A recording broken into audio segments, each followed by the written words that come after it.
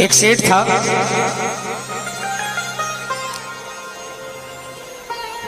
उसको भी जुनून था पैसा कमाने का। नीचे गद्दी थी, ऊपर घर था। सुबह सुबह जल्दी उठता, घर के सब लोग सोए रहते, नीचे आकर अपने व्यापार में लग जाता।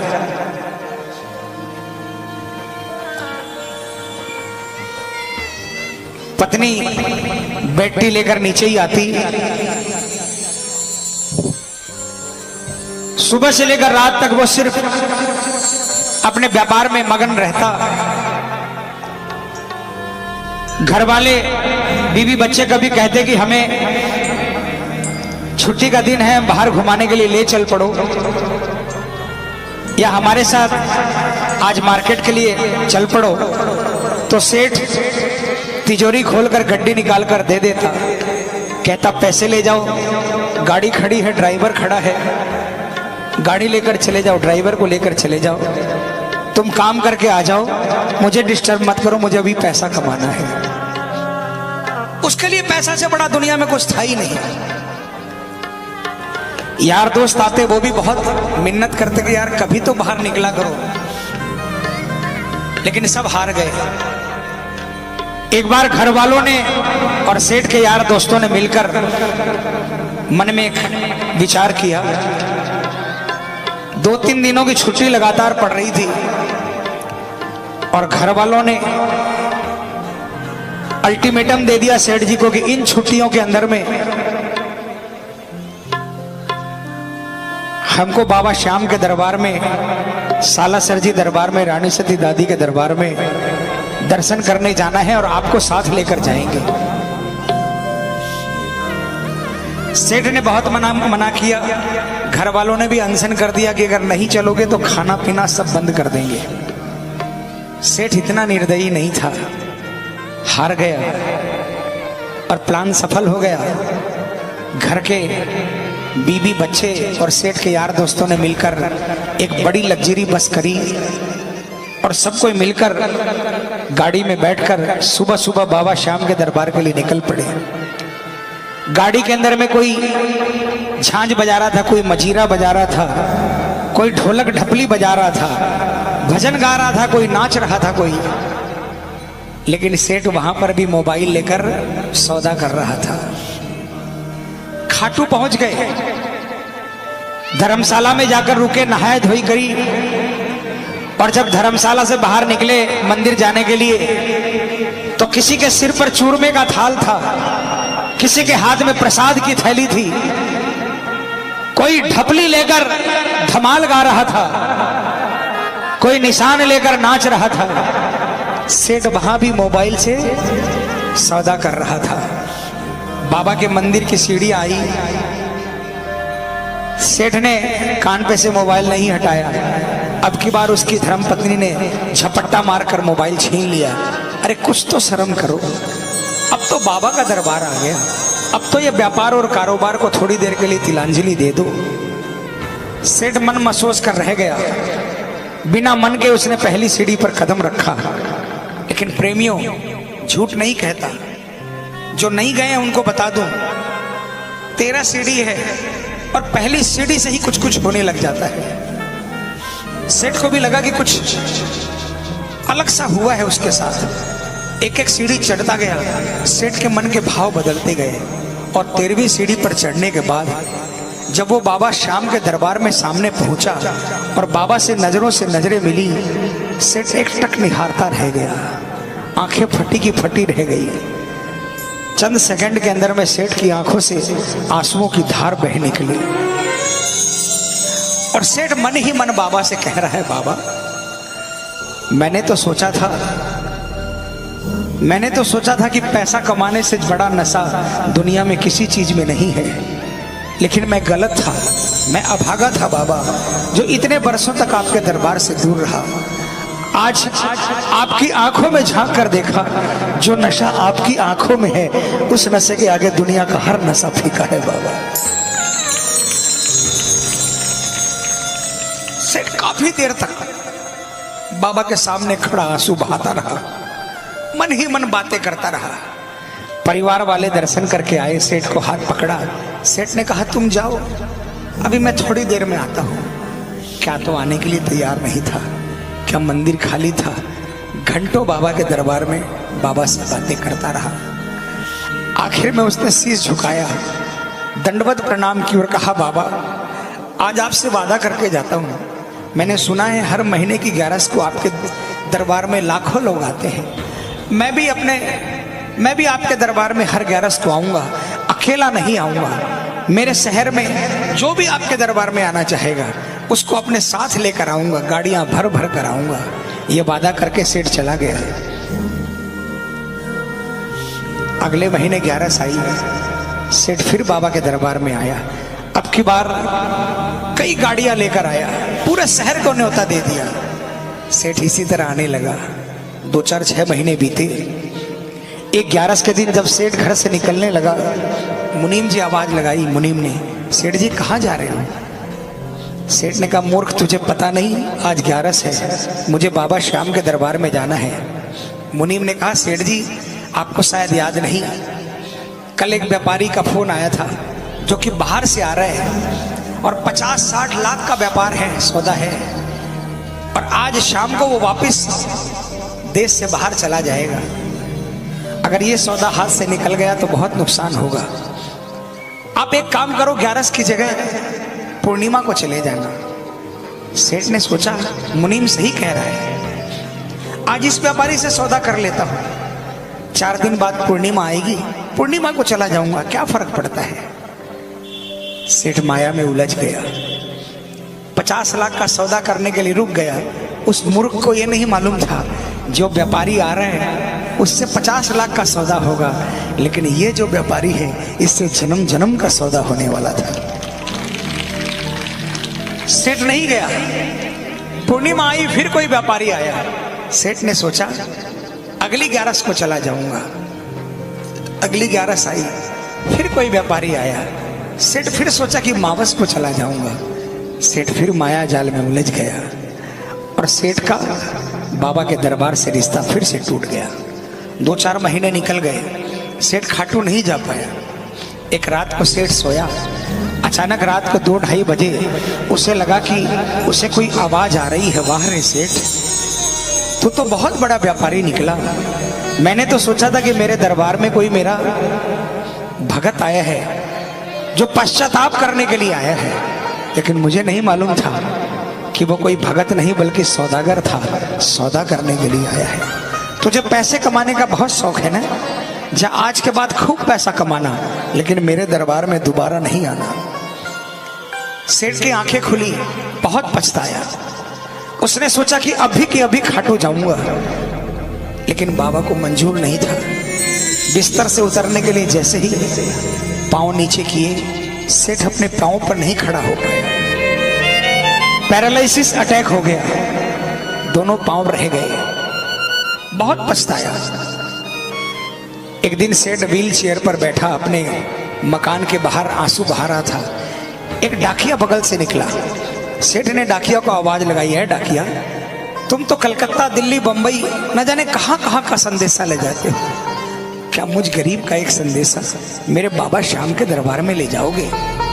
डाकिया ने कहा मेरा तो काम ही ये है, और जब से इंटरनेट आया है लोग व्हाट्सएप और फेसबुक और मल्टीमीडिया के द्वारा चैटिंग कर लेते हैं। बहुत मंदा धंधा है, धंधा बहुत मंदा है। बोलो तुम्हारा क्या संदेशा है? डाकिया को सेठ ने क्या कहा, डाकिया ने सेठ से क्या कहा, और सेठ को फिर डाकिया ने क्या कहा, और डाकिया ने बाबा के दरबार में जाकर क्या संदेशा सुनाया। आइए प्रेमियों, विश्वास दिलाता हूं, जो भी मन में उधेड़ गुण है, जो भी मन में सवाल है, जो भी परेशानी है, इस भजन के माध्यम से आप अपना संदेशा भेज देना। मैं आपका डाकिया बनने के लिए तैयार हूं। 15 मई को 11 है। अगर मैं जिंदा बाबा के दरबार में पहुंचा तो मैं विश्वास दिलाता हूं आपको, आपकी हाजिरी पहले लगाऊंगा, मेरी हाजिरी बाद में लगाऊंगा बाबा के दरबार। आइए, उस सेठ ने डाकिया से क्या कहा। मैं निवेदन करूंगा 15 मिनट इधर उधर किसी से बात मत करना। कोई बगल वाला आपसे बात करे ना उसको बोल देना 10 मिनट रुक जाओ, अभी मुझे मेरे बाबा से बातें करनी है, ठीक है? आइए।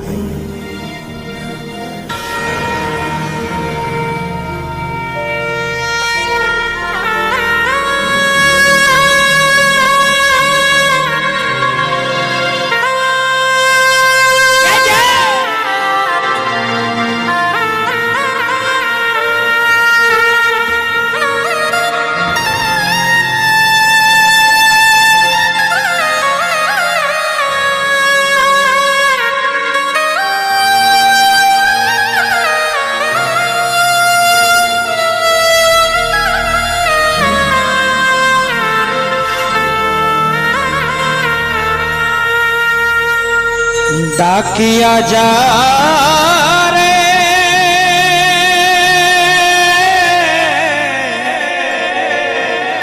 श्याम ने संदेशो दीजे, श्याम ने जाए तू कह दीजे, भगत थार दर्शन ने तरसे। समझ में आया? थोड़ा मारवाड़ी है, समझ में आ जाएगा, मैं समझा दूंगा। उठाओ ना हाथों को, कौन कौन संदेशा भेजना चाहता है? मिलकर तालियां बजाकर बोलेंगे क्या? डाकिया जा रे सामने संदेशो दीजे, सामने जाए तो कह दीजे, भगत थार दर्शन में तरसे। डाकिया जा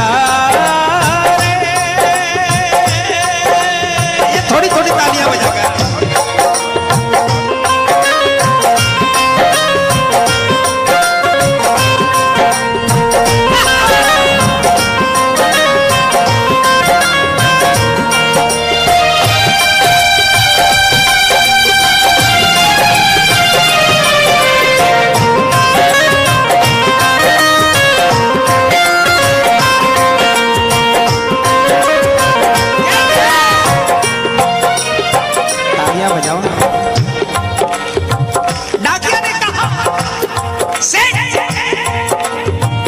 कौन से गांव थारो श्याम बसो है, इतनो मान बता दे सेवक रे।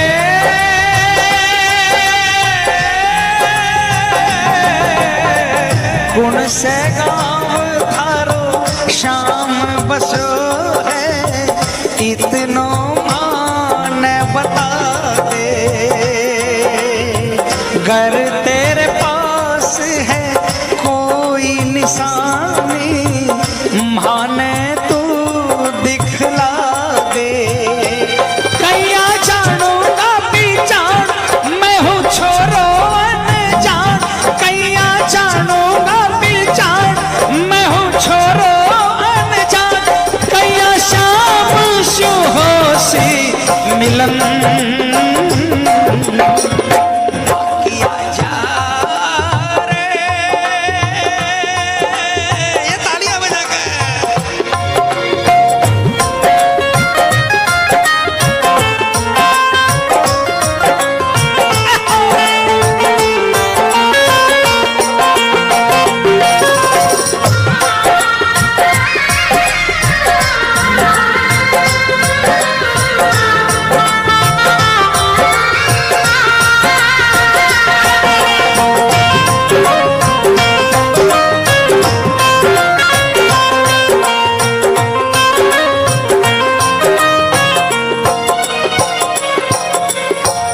किसको ठिकाना पता है खाटू में?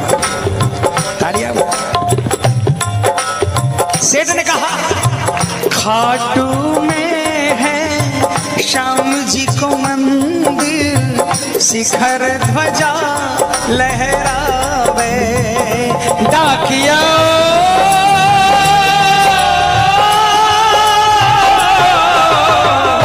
खाटू में है श्याम जी को मंदिर, शिखर ध्वजा लहरावे। डोडी पर हनुमान बिराजे, सेवक चवर ढुलावे। हो के नौबत बाजे द्वार, गूंजे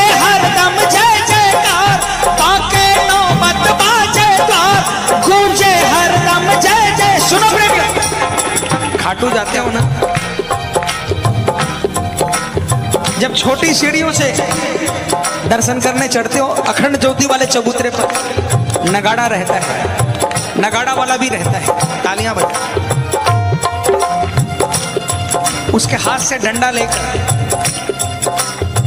माथे से लगाकर जो भी अरदास हो वो अरदास कहकर 5 बार उस नगाड़े पर वार किया करो, और जो भी आपकी श्रद्धा हो 10, 20, 50, 100 उस नगाड़े वालों को दे दिया करो, अरदास पूरी होती है। पाके नौबत बाजेदार, गूंजे हरदम जय जयकार, पाके नौबत बाजेदार, गूंजे हरदम जय जयकार, सज धज बैठे है श्याम सजन, डाकिया जा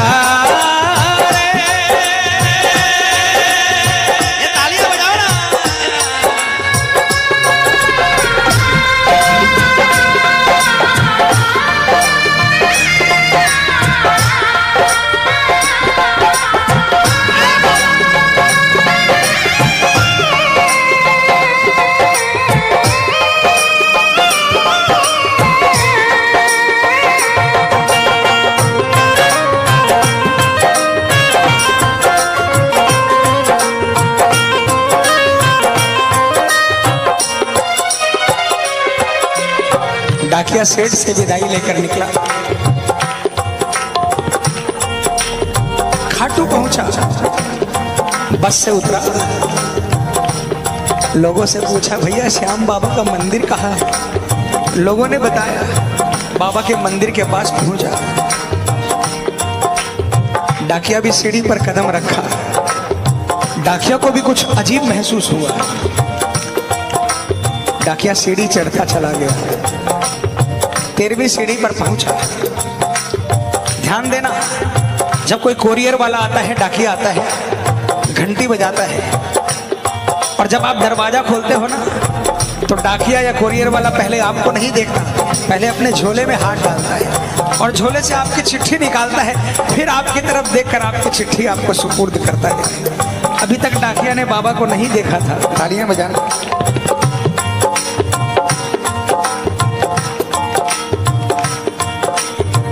पहुँच गयो दरबार शाम के, बोलन लाग्यो संदेशो, बाबा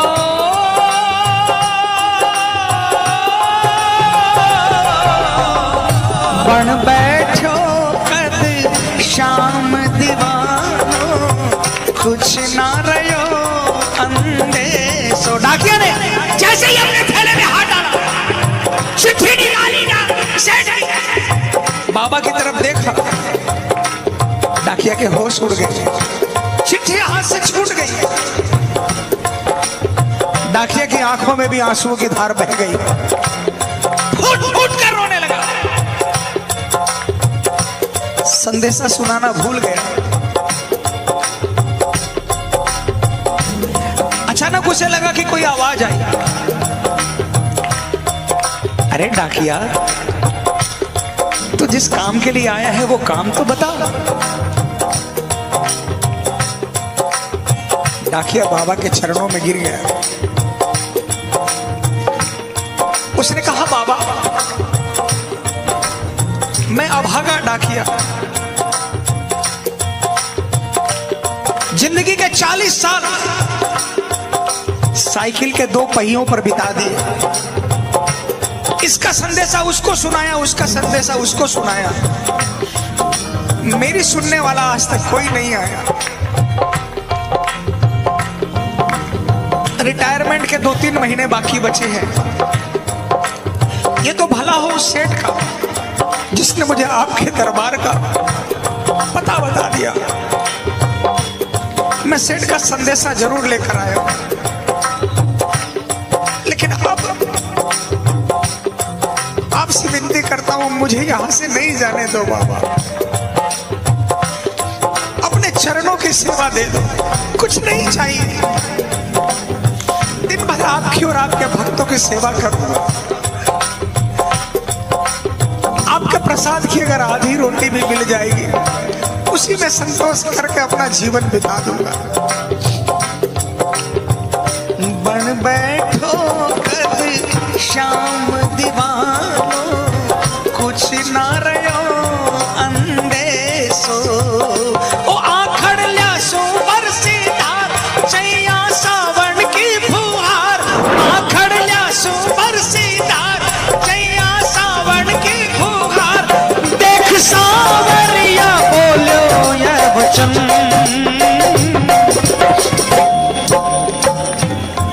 अब की बार बाबा ने कहा, पगले तुझे वापिस भेजने के लिए थोड़ी बुलाया है मैंने, तुझे अपने पास रखूंगा, लेकिन मेरा एक छोटा सा काम कर देगा। जब भवसागर पार करने वाले ने केवट से कहा कि मुझे गंगा पार करा दे, वो चरणों में गिर गया। डाकिया फिर चरणों में गिर गया। दुनिया का काम बनाने वाले आज मुझ गरीब को कह रहे हैं कि मेरा एक काम कर देगा। बाबा ने कहा, डाकिया, ए भैया, हेलो, ए भाई साहब,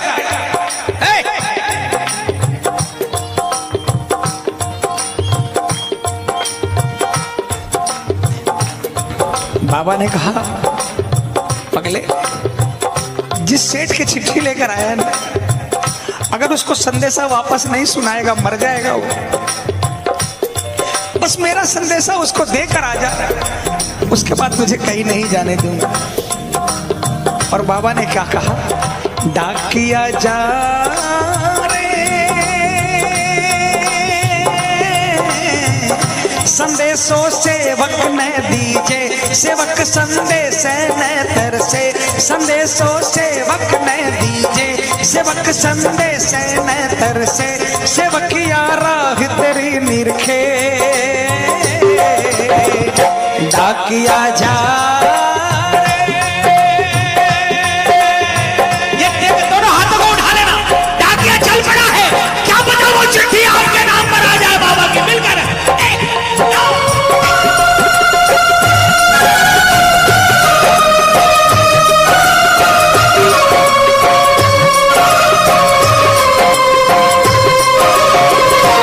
चिट्ठी आई है, चिट्ठी आई है, बोलो बोलो बोलो। चिट्ठी आई है, चिट्ठी आई है, ओ चिट्ठी आई है खाटू से, चिट्ठी आई है, बोलो। चिट्ठी आई है खाटू से, चिट्ठी आई है। बड़े दिनों के बाद मेरे श्याम धनी को और बड़े दिनों के बाद मेरे श्याम धनी को भगत की याद सताई है। चिट्ठी आई है, चिट्ठी आई है, ओ चिट्ठी आई है, चिट्ठी आई। डाकिया ने ये नहीं सोचा कि रात के 2 बजे 2:30 बजे सेठ के घर पे पहुंचूंगा। उसको तो जल्दी लगी थी कि बाबा का संदेशा सेठ को देकर वापस श्याम के चरणों में आकर नौकरी में लग जाने की। रात को 2 बजे वो सेठ के मकान के बाहर पहुंचा। उस दिन सेठ के घर में कोई नहीं था, सेठ अकेला सो रहा था। डाकिया ने कॉल बेल दबाई।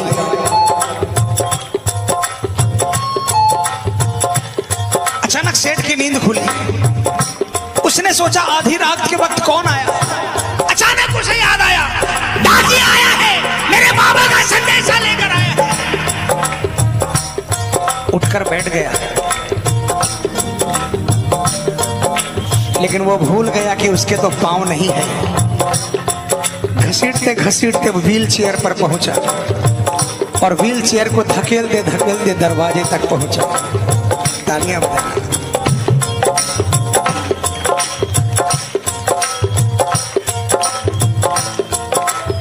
इस खुशी में कि डाकिया चिट्ठी लेकर आया है, सेठ की ताकत खत्म हो गई। उसने दरवाजे का हैंडल नीचे करने की कोशिश की, खुशी में सारी ताकत खत्म हो गई, हैंडल नहीं हिल रहा था। बहुत कोशिश की, बाहर से डाकिया बार बार घंटी बजा रहा है और अंदर से सेठ बार बार हैंडल को ऊपर नीचे घुमा रहा है। आग बाहर भी लगी है, आग अंदर भी लगी है। अंदर आग इसलिए लगी है कि जल्दी से जाकर डाकिया के गले लगूं और बाबा का संदेशा सुनूं, और बाहर आग इस बात की लगी है जल्दी से सेठ को संदेशा देकर बाबा के चरणों में सेवा करने के लिए पहुंच जाओ।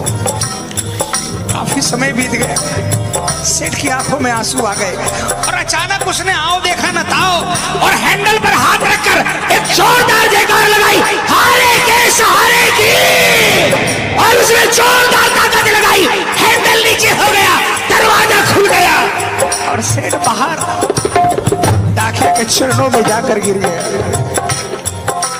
सेठ डाकिया के चरणों में गिर गया, डाकिया सेठ के चरणों में गिर गया। दोनों गले लगने लगे।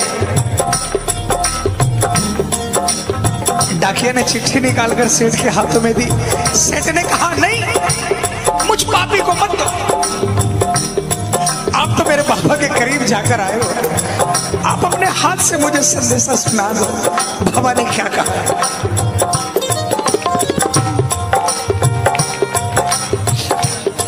डाकिया ने संदेशा सुनाया। बाबा ने क्या कहा है सुनना, आप भी सुनना, ये संदेशा आपके लिए भी है।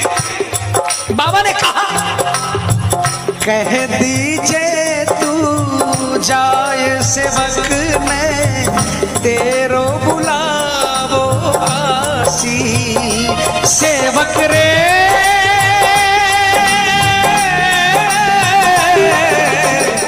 कह दीजिए तू जाए सेवक ने तेरो बुलावो आसी, सबकी आस पुराऊं तो तू कैया रह जासी, तेरी सारी जानू बात पूरी करशूं मन की आस, तेरी सारी जानू बात पूरी करशूं मन की आस, पर बढ़ा मेरे काने कदम। डाकिया बाबा ने कहा, कह देना सेठ को जाकर, तेरी सारी बात जानता हूं और तेरी हर आस पूरी करूंगा, लेकिन पहला कदम तुझे बढ़ाना पड़ेगा। तू मेरी तरफ एक कदम बढ़ा, उसके बाद तुझे कुछ करने की दरकार नहीं, फिर मैं तुझे अपनी गोदी में लेकर चलूंगा। किसको किसको विश्वास है? पूरे हाथ उठाना, पूरे पूरे, और जोरदार तालियां बजाकर बस।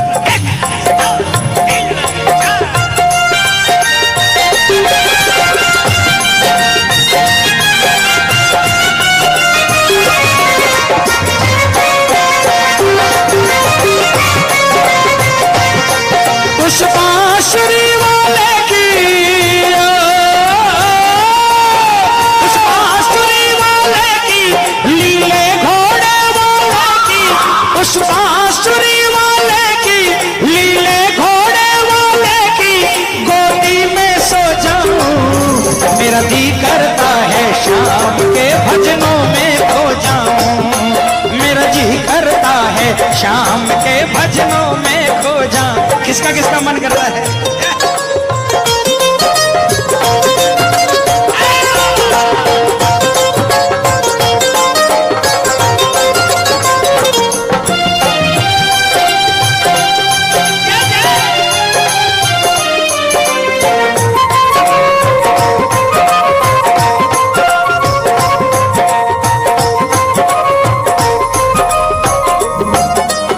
और जो ही बाबा का संदेशा सुना, सेठ नाचने लगा। तालियां बजाओ। सुन संदेशो सांवरिये को, मनड़ो घणो हरसायो। बोलो बोलो। सुन संदेशो सांवरिये को, मनड़ो घणो हरसायो। बंध गया पाँव में घूघरिया सा, मन को मोर पियो आयो। हमारो श्याम बड़ो दिलदार, हो जाओ लेवन में तैयार। हमारो श्याम बड़ो दिलदार,